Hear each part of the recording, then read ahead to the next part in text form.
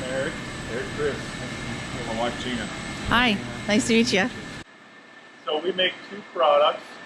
We make American single malt, 100% barley, and then we make 100% rye. We start up top. That green piece of equipment is our roller mill. We hand feed 2,000 pounds of grain in that every day. Wow. Tracks it, goes up that green arm into this big tank. That tank will be full of hot water as that grain is cracking in there. It makes like a thick oatmeal consistency slurry that we call the mash. Say we're mashing in. What we're doing with the mash in that big tank is we're cooking it. We're extracting all the maltose or the sugars out of the grain. We're essentially making sugar water. That's all we're doing. So once all that sugar is dissolved, we do a process called lautering, which is what Joel's doing right now. Lautering is a fancy brewer's term that means to separate the grain from the liquid. So that tank has a big screen on it, or what we call a false bottom.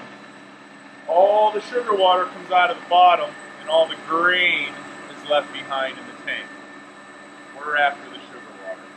What the mash looks like right there, then that's actually the wort or the sugar water. I want to see it.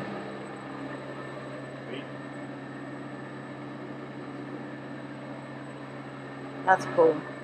From there, the wort or the sugar water goes into the smaller tanks. Joel's filling tank 3 today. 550 gallons. We throw our yeast in. 7 days later, we have our beer. Distiller's beer, meaning no hops. We make 550 gallons of beer a day, and we distill 550 gallons of beer a day. So production-wise, we do a decent amount. 7 days later, ready for the still. Let's walk back over that way.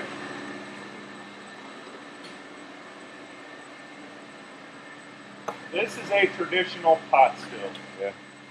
This is a column or a reflux still on this side. And this is how we run it with those two valves. So how all this works is we fill this guy full of beer. Alcohol will vaporize before water turns to steam. So when this heats up, those alcohol vapors are going to rise to the top of that big bulb. This pipe here goes on the inside of the still all the way to the top. So when those alcohol vapors rise up, they have nowhere to go down into the pipe over to the column. How the column works, each one of these valves represents what we call a bubble cap. And all it is an upside down bowl with the inlet right in the middle. So all this hot alcohol vapor comes over, hits that bubble cap, condensates, turns back to liquid. Now we got a puddle of alcohol sitting here. All this hot vapor is coming over, it's going to heat that back up, vaporize it, and go to the next one. Wow. So what all that means is we're just getting a whole distillation between every single one of these valves, if they're turned on, meaning pointed down. So this is how we run our single malt. We're getting 3 distillations in one pass. 1 to the big bulb, 2, 3. We can get into 4, 5, and 6 distillations. Things like rum, brandy, gin, vodka. Right. They need cleaned up more. What that means is the more times you distill something, the higher alcohol content, but you'll lose all your flavor. We don't want to do that. Whiskey's a balancing act. You want to distill it enough, but you don't want to over distill it to pull out all your flavor and your character. Right? You might have heard of triple pot stilled with Scottish and Irish whiskeys. They generally got 3 of these big guys in a row. Oh, wow. Goes from one big pot to the next. A lot of BTUs. Don't do this at all. Don't do this. Yeah. A lot of BTUs to heat, a lot of water to cool, a lot of man hours to watch. We can accomplish the exact same thing with a fraction of the energy. So it's very eco and economical and versatile at the same time. We can, that big red ball valve up there, we can open that up and bypass all of this if we just wanted to go one time old school pot still too. So very, very versatile equipment. That's ultimately why we went with it. Was this made for your specific way of process, Yes. wanting to do it? Yes. So It was custom made for us. yeah, And then once those alcohol vapors rise to the top of the column, they come across that fatter pipe, all the way over to this guy, which is the condenser, or the worm. And then this is where the whiskey or the distillate comes out. Comes out in 3 different parts. Heads, hearts, tails, in that order. we turn the still on, the stuff that comes out first, the low boiling alcohol molecules, taste and smells god awful. We call it heads. It is not poisonous in any way, shape, or form. It just smells and tastes bad. So we separate it, we clean, and heat the building with it. It does not go into our bottle at all. Wow. How do you know the cutoff? Taste and smell. Really? It's the only way to make proper cuts. There's no computer, there's no algorithm, there's no machinery that can mimic the human taste buds. Wow. The only way to do it right is taste and smell. A lot of the bigger guys don't do this step.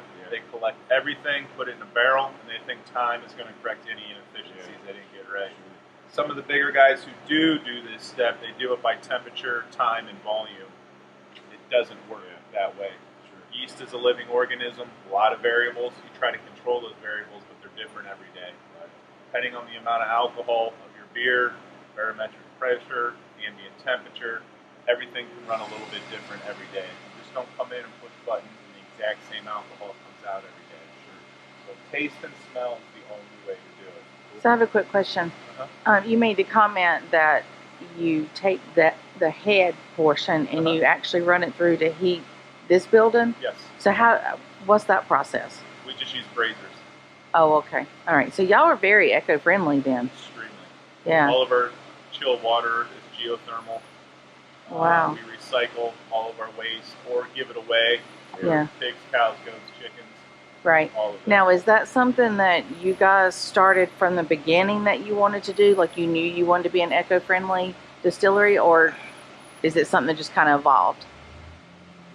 I mean, that's just the type of people we are. We're all outdoorsy woodsmen, backpackers, mountain bikers. Right.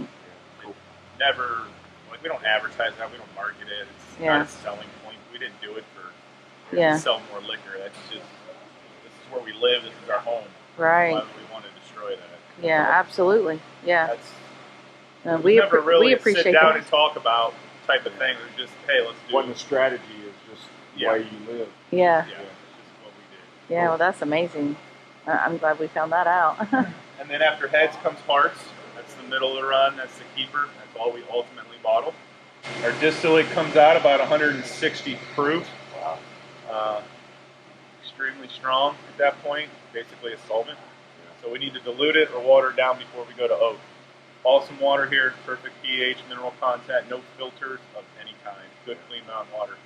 The owner's got 100 acres here. It butts up to the southland game lands, 32,000 protected wildlife acres. That's where the headwaters are from. So really, really good water. We dilute to 125 proof, and then we're ready for the oak. So we like to say we put the barrel in the whiskey. We don't put the whiskey in the barrel. By that I mean we use oak spirals. Yeah. We do not use barrels.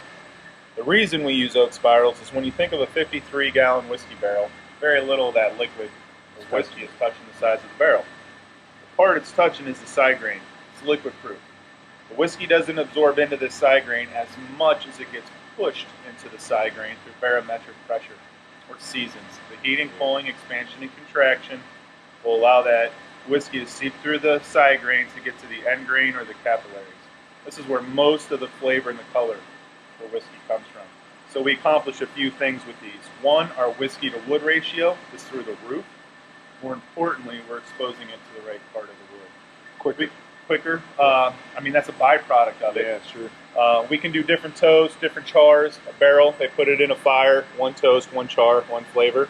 Since we can mix and match these, we can get a more complex flavor than any one barrel ever could. Barrels were never designed to age alcohol. 2,000-year-old technology, they were the transportation of the day. Flour, apples, nails, rocks, it didn't matter. Never designed to age alcohol.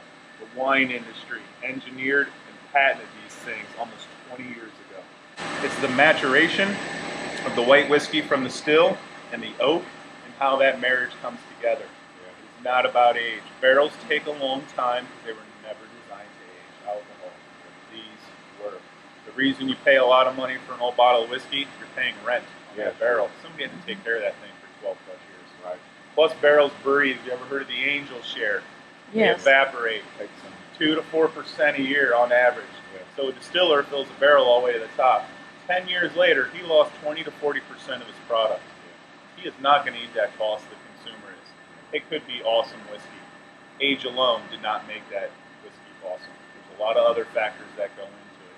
It's not about age. It's the maturation of the oak and the whiskey and how that comes together. Barrel.